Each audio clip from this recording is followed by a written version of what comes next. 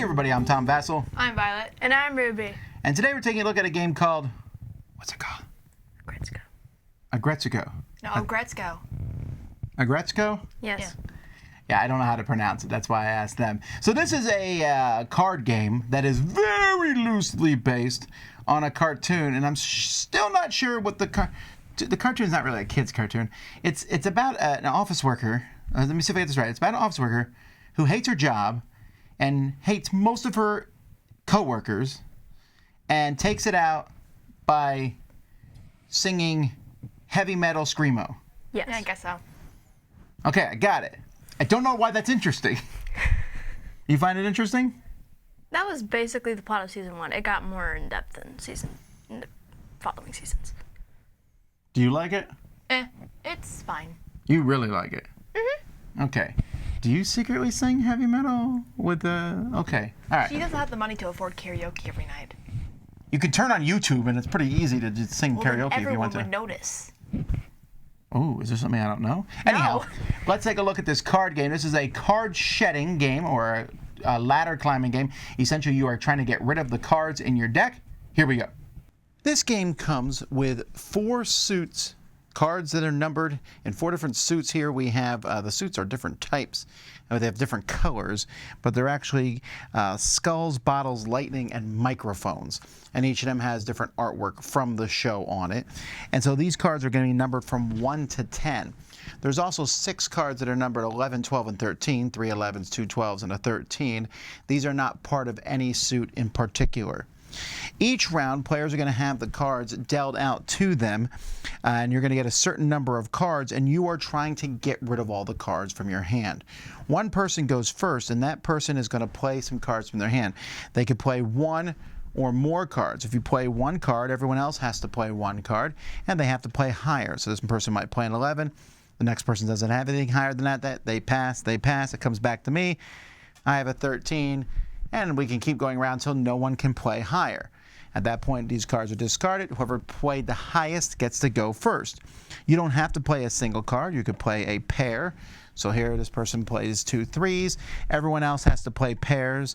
So I could play 2 5s or 2 7s, or you could play 3 of a kind. And then everyone else has to play 3 of a kind, or you can play 4 of a kind. You can also play a 5-card play.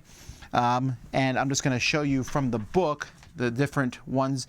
You have a straight, 1 2 3 5, 4 5 6 7 8, a flush, 5 of the same color, a full house, a straight flush where it's 5 6 7 8 9, but they're all the same color, or 5 of a kind. And when you play 5 cards, everyone else has to play 5 cards, although you can play a higher valued one over somebody else. But then there's the rainbow bomb. Now a rainbow bomb is 4 cards of all 4 suits, and they're in numerical order. So here we have 1, 2, 3, 4, and we have all 4 of them. A rainbow card beats anything, period. So you could play 5 of a kind, I rainbow bomb you. The only thing that beats a rainbow bomb is a higher rainbow bomb, which I have not yet seen happen. You can also pass when it's your turn to play a card and nothing happens, or when you pass, you can rage. Each person has a polite/rage token, and when you rage, you flip it over to its rage side, and then you will place it on any card that's been played in that round. At the end of the round, you're going to take that card in your hand. You want to get rid of all the cards in your hand, but by taking a card in your hand, it may give you the rainbow bomb, or it may give you 5 of a kind or something. Anyway, you're going to keep doing this until one person... everyone has passed. You'll start another round, but when one person plays their last card, the round is immediately over. At that point, everyone else is going to get points for the number of cards in their hand using this chart here. So if I have 7 cards left in my hand, they're each worth 2 points, and I'll get 14 points. You do not want points in this game. You're going to do this 5 times in a row for the 5 working days a week, Monday, Tuesday, Wednesday, Thursday, Friday. And at the end of Friday, whoever has the lowest score is the winner.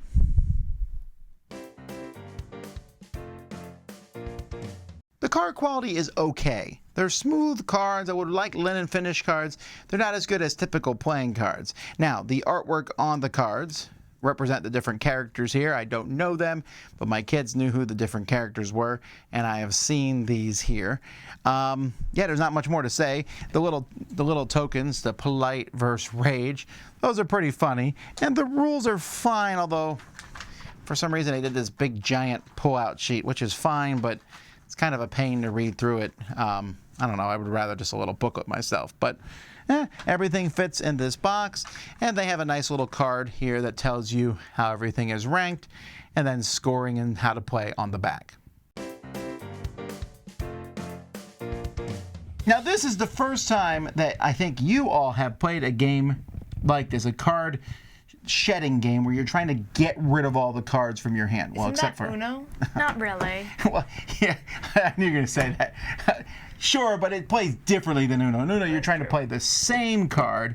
Here, you're playing a higher card. Yeah. And a bunch of combos, which are really annoying. Well, why did you find that annoying? Because if you don't get, like, at least most of the cards when you draw them at the beginning of the game, you're not going to be able to do any of those combos. Yeah, but you can use the rage token to get a card to make a combo. Yeah, but that just gains more cards. What did you think? I kind of agree with Violet. The rage thing is very helpful. Can it be used more than once? I couldn't tell. No, you use it once per round. Exactly. Yeah, I felt like the drawing was really lucky.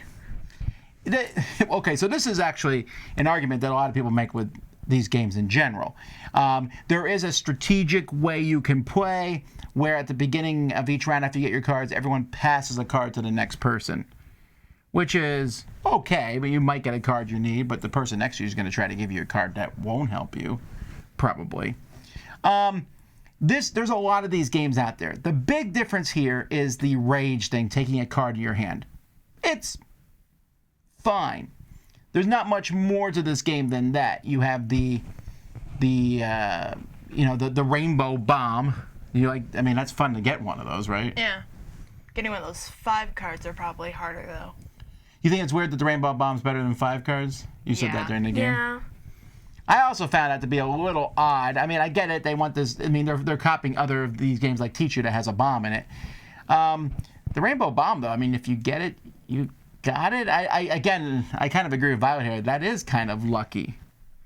5 rounds isn't too tremendously long for this kind of game, but the scoring is a little wonky to me. In this game, if you have a couple cards, they're worth 1 point. If you have 2, more cards are 2 points. If you have a lot of cards, they're 3 or more points, which means if someone goes out really quickly, you just got a ton of points, and it's not even really your fault. And there's not really any way that you could possibly win unless you got the first person who won last round to get as many points as possible in the next one. Like, you got, 30 points in the first round. Yeah, right. And I got 0. Yeah. So my only recourse is to hope the same thing happens to them. If we all do decently, I'll never catch up. So there's that.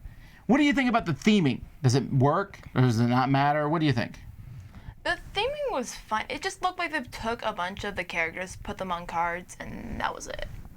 Yeah, I mean, it doesn't really seem like the anime had anything to do with this game. They just did it.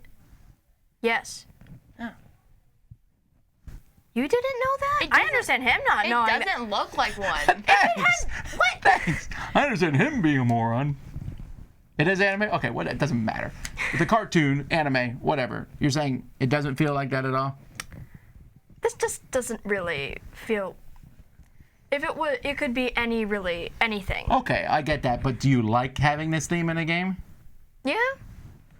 I think it's cute. I don't care. It's just, it's there. I think this cartoon is a very niche audience, and I don't know who this is not going to appeal to a lot of people, but you don't need to do that. That has cards in it that have no suit. Again, to me, well, I'll let you guys go first. What's your final thoughts and ranking? It's pretty lucky. It's hard to catch up. I do like the rage token, and I think the art looks really good. I mean, it's just the same artist. Yes, as but the extra show. shading. But 5, 5? probably. Okay. I thought the game was okay. It was a pretty decent game. It wasn't that bad. It's just the theme didn't really have anything to do with the game at all. I mean, besides the rage token, I guess, which I don't even know why that has anything to do with getting a card back, but... You give me a card back! I would probably give it a 4. Whoa! Okay. Wow, I don't hate it as much as they do. I give it a 6. Here's the thing. I like card shedding games to some degree. I don't think this one adds anything enough that's new. It adds that rage token. I don't think that's interesting, and I don't think it overcomes the wonky scoring. I know other ladder climbing games also score that way. My tolerance for it's getting less. One bad hand, one unlucky hand, and there's no partnership in this game, which, you know, again, Tichu does to get around it. So, there are many other better games out there. And you still hate Uno more than this. I don't get it. This is less lucky than Uno. I agree. This is less lucky than Uno. Because if you have 3 of the same kind in your hand, you can say, I'm going to throw 1 of them, I'm going to throw 2 of them, I'm going to throw all 3 of them. You have to decide what's the best time to do that in. It's better than Uno! But that much better? Yes. Okay. 6, and Uno's probably like a 1 for him. I don't get it. Uno's a 2 for me. All right. Anyway, until next time, I'm Tom Vasel. I'm Violet. And I'm Ruby. And you've been watching Aggretsuko? Aggretsuko. Yeah, that.